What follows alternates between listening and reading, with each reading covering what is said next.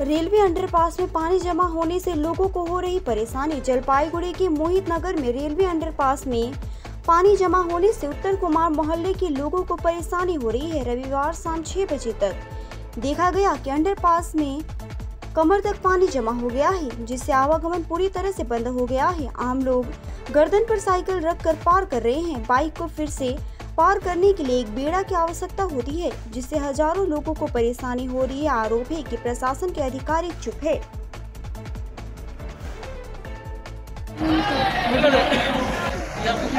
আপনি কি দাঁড়িয়ে আছেন কেন? গাড়ি নিয়ে পার হতে পারতেছেন না।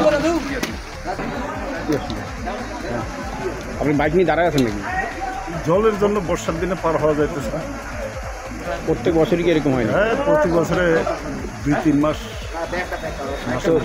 2-3 বার করে প্রশাসনকে জানিয়েছেন এর আগে?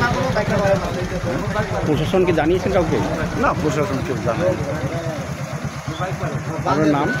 বিনয় বর্মন। হ্যাঁ, বিনয় বর্মন। এই জায়গাটার নাম কি? এটা হলো এই কুমারপাড়া বলে। কুমারপাড়া, রানীনগরের কাছাকাছি, তাই তো? হ্যাঁ, করে লাভ নেই। এর আগে কত পিকআপ ডুবে গেল, ট্রাক্টর ডুবে গেল, কেউ পাতা দিল না।